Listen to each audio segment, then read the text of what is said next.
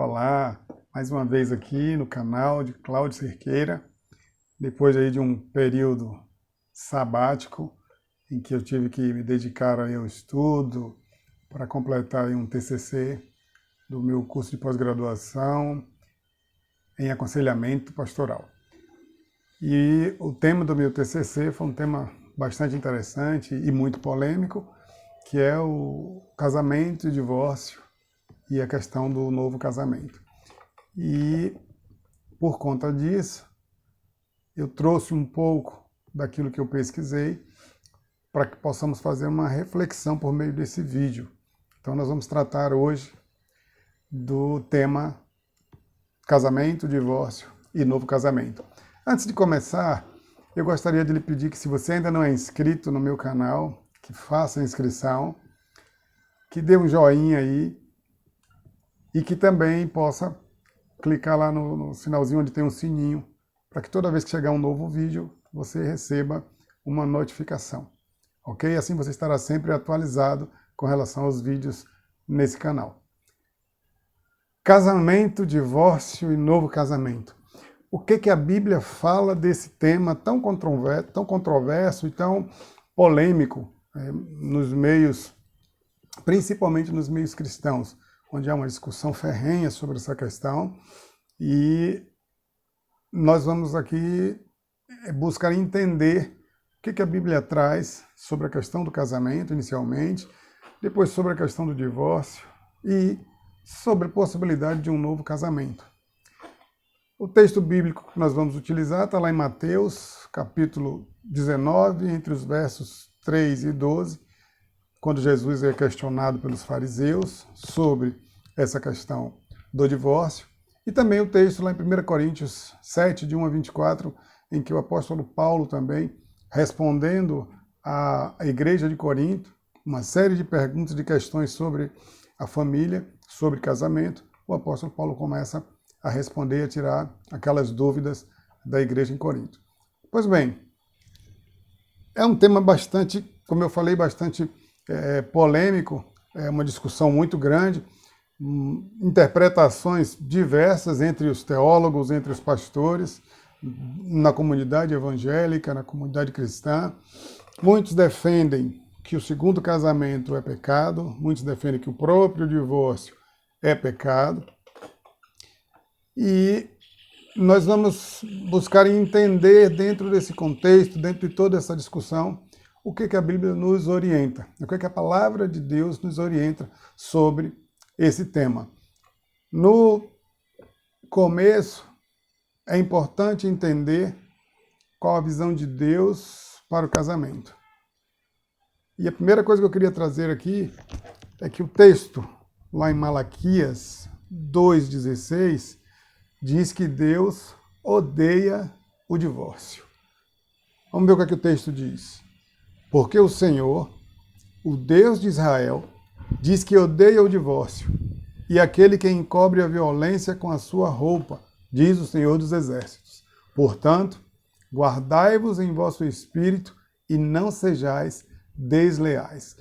Esse contexto aí, o povo estava questionando a Deus, por que Deus não estava mais aceitando os seus sacrifícios, e Deus vai responder para eles.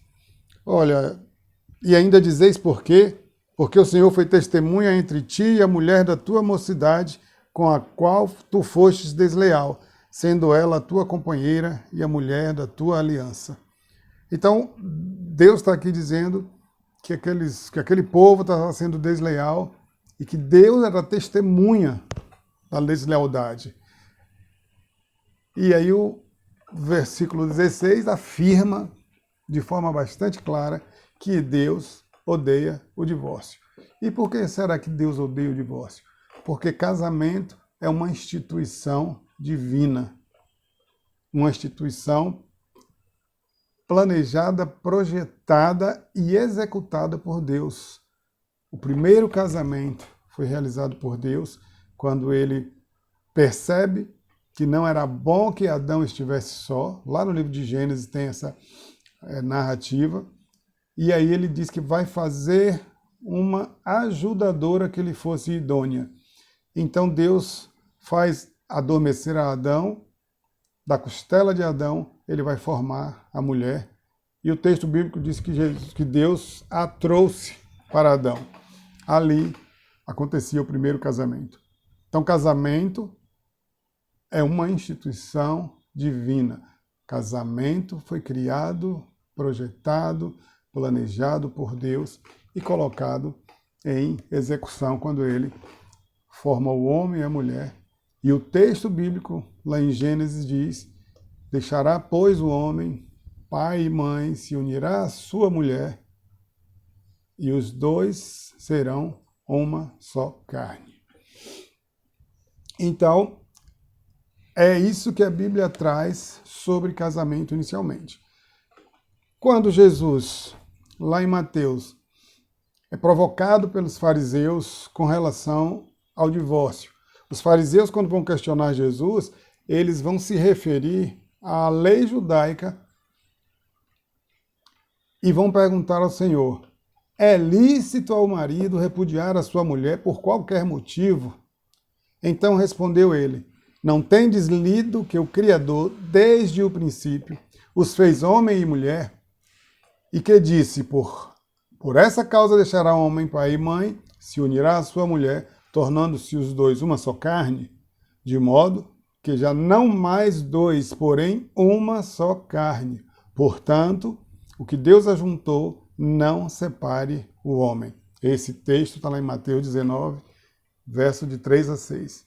Jesus não se refere na sua resposta à lei judaica com a qual os fariseus basearam sua pergunta. Jesus vai voltar ao início de tudo. Jesus vai voltar à origem do casamento. Jesus vai voltar ao princípio,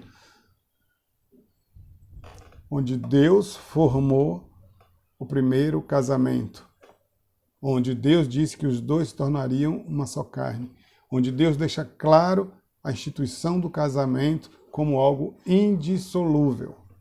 Então essa é a primeira verdade que nós precisamos entender. O casamento foi feito para ser indissolúvel. O casamento não foi feito para o divórcio. E é essa a resposta que Jesus dá aos fariseus. O verdadeiro casamento deve incluir desde o início a ideia de que aquele casal, aquele homem e aquela mulher, eles foram feitos um para o outro e que os seus destinos estão ligados a partir dali para sempre, sendo essa união uma união indissolúvel. Essa é a visão de Deus para o casamento. O vínculo matrimonial ele é tão forte que todas as demais relações humanas, elas passam a ser secundárias. O texto que nós lemos de Gênesis diz: deixará o homem pai e mãe. A relação do casamento ela é muito mais forte, mais profunda do que a relação entre mãe e filho, entre um pai e um filho. Essa relação, diante do casamento, ela se torna secundária. A relação entre irmãos, tudo se torna uma relação secundária. A relação principal passa a ser entre marido e esposa. Esse é o vínculo principal, o vínculo matrimonial. Deus tem um propósito especial para essa união matrimonial, que ela deve ser, além de uma união física, ela é também uma união espiritual, ela é uma união emocional. Desfazer essa relação é atrair mais consequências, não somente para o casal, mas para toda a família, inclusive para a própria sociedade que sofre as consequências dessa quebra da união matrimonial. O casamento é, portanto, uma união física e, dessa forma, somente um motivo físico poderia anulá-la, que seria a morte de um dos cônjuges. O apóstolo Paulo fala isso lá em Romanos 7, 1 a 3, em 1 Coríntios 7 também, onde ele diz que somente a morte de um dos cônjuges quebra aquela relação matrimonial e, por isso, dá direito ao viúvo ou à viúva se casar novamente. Os fariseus vão distorcer totalmente os fatos quando eles dizem e afirmam que Moisés mandou da carta de divórcio. Quando Jesus responde a eles, baseado em Gênesis, no princípio, eles vão questionar a Jesus. Então, por que Moisés mandou da carta de divórcio? E Jesus, quando responde, ele vai corrigir isso, dizendo: Moisés permitiu a carta de divórcio por causa da dureza do vosso coração. Ou seja, o que deve prevalecer é o princípio do amor. Esse é um princípio muito maior do que qualquer lei humana. O princípio do amor, um princípio do amor que gera perdão. É esse princípio que deve ser cumprido na relação matrimonial. A resposta de Jesus aos fariseus, ela vai revelar que antes do divórcio, devemos entender o que a Escritura, o que a Bíblia ensina sobre o casamento. O casamento não foi feito para o divórcio. O casamento é uma instituição divina. O casamento é uma instituição criada por Deus para ser indissolúvel. O autor Richard France faz o seguinte comentário: em vez de entrar no debate proposto pelos fariseus, Jesus novamente, como lá em Mateus 5,32, ele declara que o divórcio, por qualquer motivo, é incompatível com o princípio, com o propósito de Deus para o casamento. Então, dessa forma, Jesus colocou a intenção original do Criador, que foi expressa no texto lá de Gênesis: deixará o homem pai e mãe, será uma só carne, acima da provisão da lei judaica lá de Deuteronômio 24, de 1 a 4. Aquela concessão feita por Moisés foi somente por causa da dureza do coração do homem. Essa dureza do coração do homem é fruto, é resultado do pecado, da desobediência. Quando o homem pecou, o seu coração automaticamente ele se endureceu. Por isso ele passa a ver as coisas dessa forma.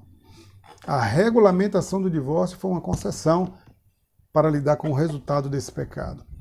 O divórcio, em determinados momentos, pode até ser necessário, mas nunca por si só vai ser uma coisa boa. O princípio divino pelo qual os dois se tornam uma só carne somente pode ser cumprido por meio de um casamento, por meio de uma relação matrimonial indissolúvel.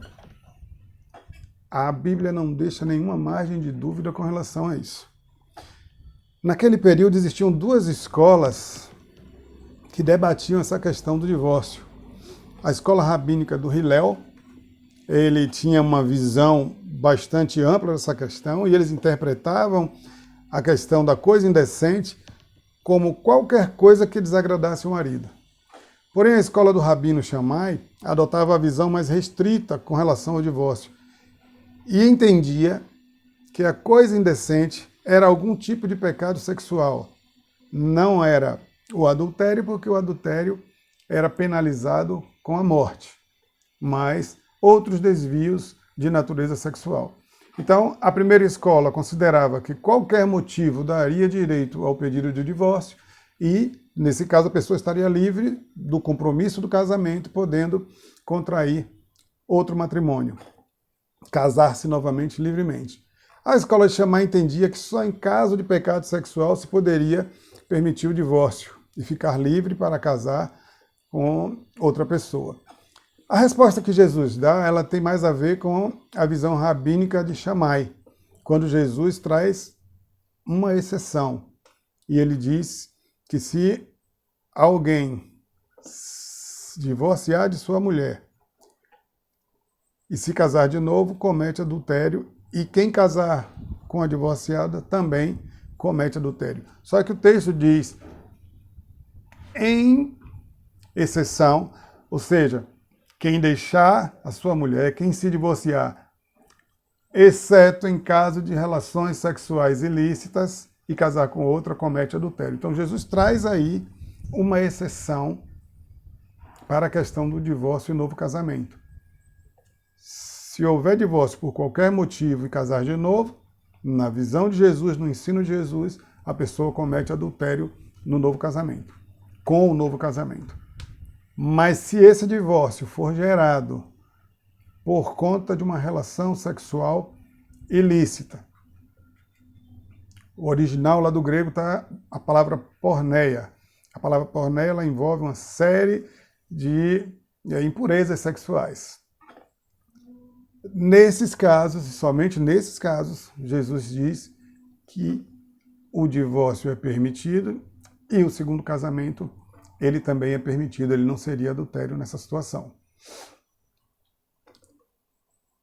O autor Kenneth Hagin, ele traz, no seu livro Casamento, Divórcio, Novo Casamento, ele traz uma questão.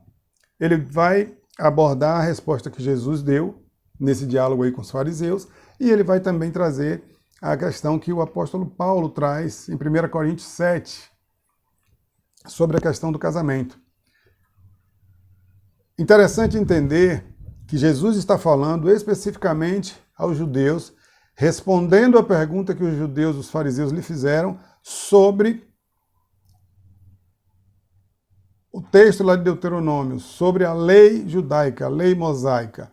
E Jesus vai responder também baseado nessa lei que ele foi questionado. Só que ele traz a responsabilidade lá para o início. Ele vai voltar, não vedes que está escrito lá desde o início, e aí Jesus vai trazer a origem do casamento instituída por Deus.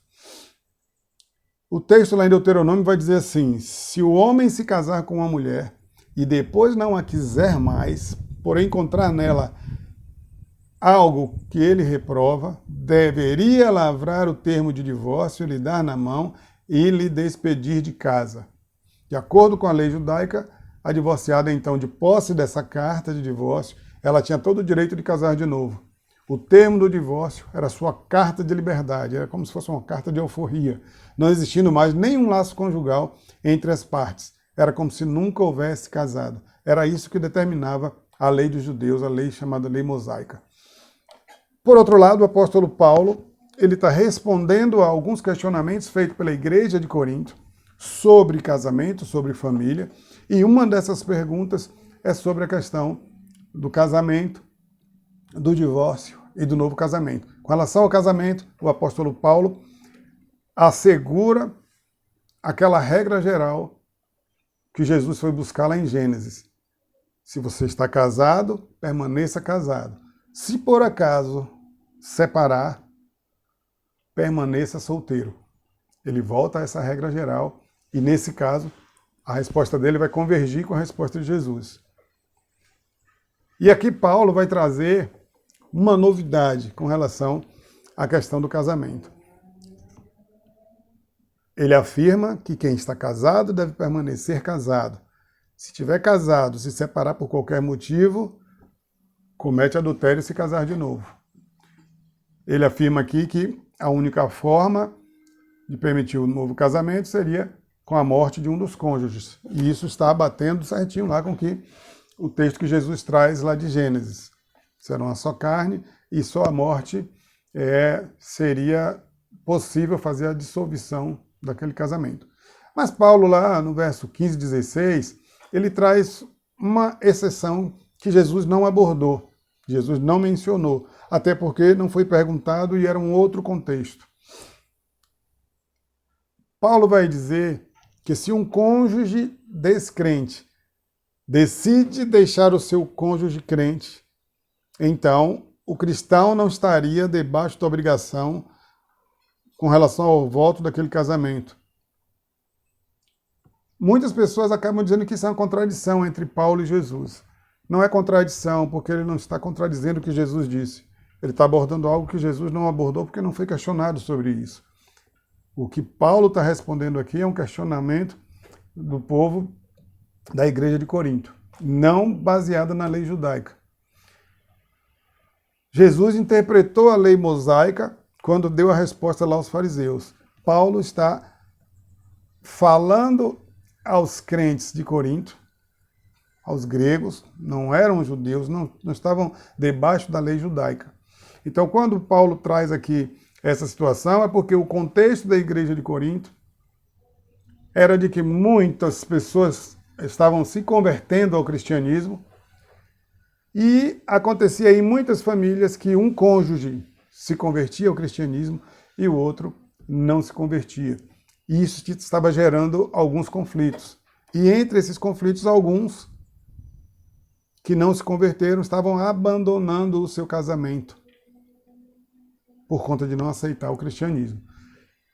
E aí a igreja está questionando Paulo sobre o que fazer. E aí Paulo vai dizer assim, olha, se você é casado com uma pessoa incrédula e essa pessoa consente em continuar o casamento com você, não se separe.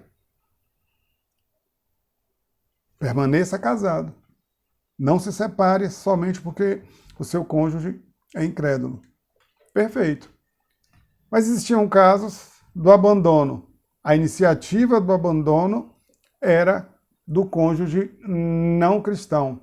E aí Paulo vai orientar que nesses casos de abandono, o cristão não estaria sujeito à escravidão de permanecer num casamento em que o outro cônjuge não quer mais, abandonou, sumiu, desapareceu, largou para trás. E nessa situação, Paulo traz uma outra exceção à regra geral. E aí ele diz que é permitido o divórcio e o novo casamento. Esse é o contexto da resposta de Paulo no texto lá de 1 Coríntios 7. Então, Paulo traz aqui uma novidade. Paulo traz aqui uma segunda exceção. A primeira exceção foi trazida por Jesus Cristo, lá em Mateus, respondendo aos fariseus, e Paulo respondendo aos coríntios. Diz que em caso de abandono pelo cônjuge incrédulo, o cônjuge cristão poderia se separar e se casar novamente. Qual é a regra que deveria ser seguida aqui? O que Paulo está sugerindo é que a regra que deve ser seguida aqui é a regra do amor. Paulo escreve lá em 1 Coríntios para a igreja que eles devem lembrar da lei do amor. Numa situação onde tanto o marido quanto a esposa são cristãos, eles devem permanecer casados. Num contexto onde era um casamento onde existiria um cônjuge não cristão, se ele consente em continuar junto, permaneça casado. E pelo seu exemplo, pelo seu testemunho, você pode ajudar o seu cônjuge a encontrar a salvação e se tornar um cristão. Mas se o cônjuge descrente abandonar o casamento, a pessoa ficaria livre para um novo casamento. Esse é o contexto, isso é o que o apóstolo Paulo está trazendo lá em 1 Coríntios 7, principalmente no versículo 15 e 16. Um texto interessante que a gente pode colocar aqui para nos ajudar a entender esse contexto. 1 Timóteo, primeira carta que Paulo escreve a Timóteo, lá no capítulo 5, verso 8, o apóstolo Paulo diz assim, ora, se alguém não tem cuidado dos seus, e especialmente dos da própria casa, tem negado a fé e é pior do que o descrente. Ele está dizendo aqui que aqueles crentes que não cuidavam dos seus, que os abandonavam, eles eram piores do que os infiéis. E aí Paulo vai abordar algumas situações de casais. Os casais crentes, ele vai dizer que permaneçam casados, se separarem, vão precisar permanecer sozinhos. Se casar de novo, comete adultério. Vai bater com o ensinamento de Jesus lá em Mateus. Casais mistos. Um homem ou uma mulher crente casado com uma pessoa incrédula. Se o incrédulo consente em continuar junto, ótimo, permaneça, lute pelo seu casamento e busque, por meio do seu testemunho, conquistar para Jesus o seu cônjuge não crente. Se o cônjuge não crente abandonar o casamento, abandonar a família, o crente vai ter o direito de se casar de novo, de começar de novo a sua vida. Então, é interessante entender que o convívio do cônjuge descrente com o cônjuge crente vai permitir que ele seja santificado, é isso que o texto diz, no convívio. Então, o texto vai mencionar que o cônjuge crente não deve se separar do incrédulo, porque este pode ser santificado no convívio com o crente. O texto quer dizer que o casamento é legítimo. Porque na lei judaica, o casamento misto era considerado impuro e a relação física, nesse caso, seria adultério. O que Paulo está dizendo aqui é que eles aqui não estão sujeitos àquela lei judaica e que, ainda que esse casamento seja misto, esse casamento é santificado, está dentro do padrão, né, de casamento que foi criado por Deus, de indissolubilidade. O fato do outro cônjuge não ser crente não invalida o casamento, aquela relação. A santificação do cônjuge incrédulo, a que o texto se refere, não é a santificação que leva à retidão moral. Essa é individual, é promovida pela comunhão da pessoa com o Espírito Santo. A questão abordada aqui por Paulo é que os crentes são santos, separados para Deus, e as bênçãos provenientes dessa relação do crente com Deus, elas são usufruídas também pelo crente incrédulo, da mesma forma que são usufruídas pelos filhos que não são crentes. Uma situação polêmica e que gera muitas dúvidas. Nós temos duas exceções. Uma para relações sexuais ilícitas que Jesus traz lá em Mateus. Outra que Paulo traz aqui com relação ao abandono. Quando um cônjuge crente está sendo agredido fisicamente, agredido emocionalmente, submetido a um relacionamento abusivo, ele deve se divorciar? Quantas vezes nós somos procurados no aconselhamento e essa questão surge? O que dizer para essa pessoa?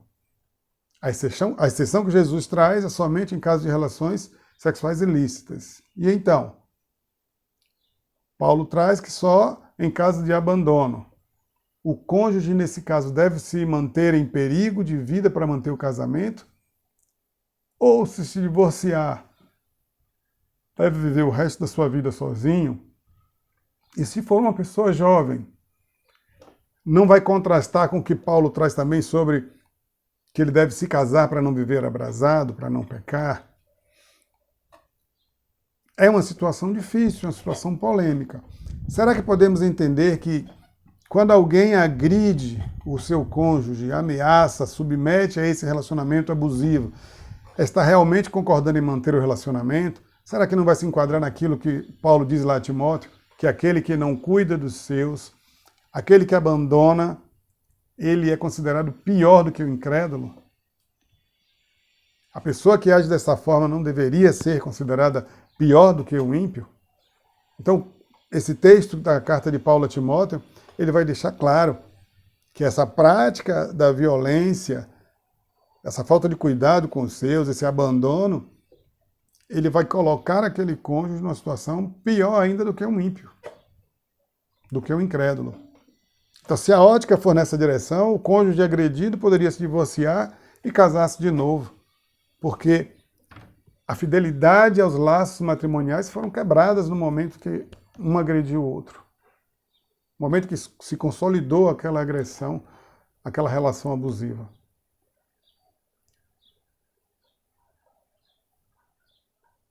A nossa sociedade hoje, ela tenta invalidar, tenta desvalorizar a instituição família, a instituição do casamento. As pessoas já se casam com o pensamento de que se não der certo, separa. Na lei dos judeus, essa era a forma utilizada. Olha, se a mulher tivesse um tempero ruim na comida, se queimasse a comida, era motivo para se separar. Ou até mesmo se o marido encontrasse uma mulher que considerasse mais bonita, ele também tinha o direito de dar carta de divórcio. Banalizou-se aquilo que é sagrado, aquilo que é divino, aquilo que é instituído por Deus. Quando Jesus é abordado pelos fariseus sobre essa lei, ele diz assim: não foi assim desde o princípio, mas foi pela dureza do coração do homem, pela falta de amor a Deus e amor ao seu cônjuge. A conclusão que se pode chegar é que a lei do amor, ela deve prevalecer sobre qualquer outra lei. Não aquele amor natural de homem e mulher, esse amor humano, de pai e filho, mas é aquele amor com que Deus nos ama. E ele nos convoca a praticar esse amor que foi muito bem descrito pelo apóstolo Paulo em 1 Coríntios 13, quando ele vai descrever o amor é paciente, o amor é bondoso, o amor não arde em ciúmes, o amor não se envaidece, não é orgulhoso, não se conduz de forma inconveniente, não busca os seus próprios interesses. O amor não se irrita, o amor não se ressente do mal, o amor não se alegra com a injustiça. Que coisa bonita. O amor se alegra com a verdade, o amor tudo sofre, o amor tudo crê, o amor tudo espera, o amor tudo suporta, o amor jamais acaba. Esse é o amor que Jesus nos convida a praticar na relação entre os cônjuges.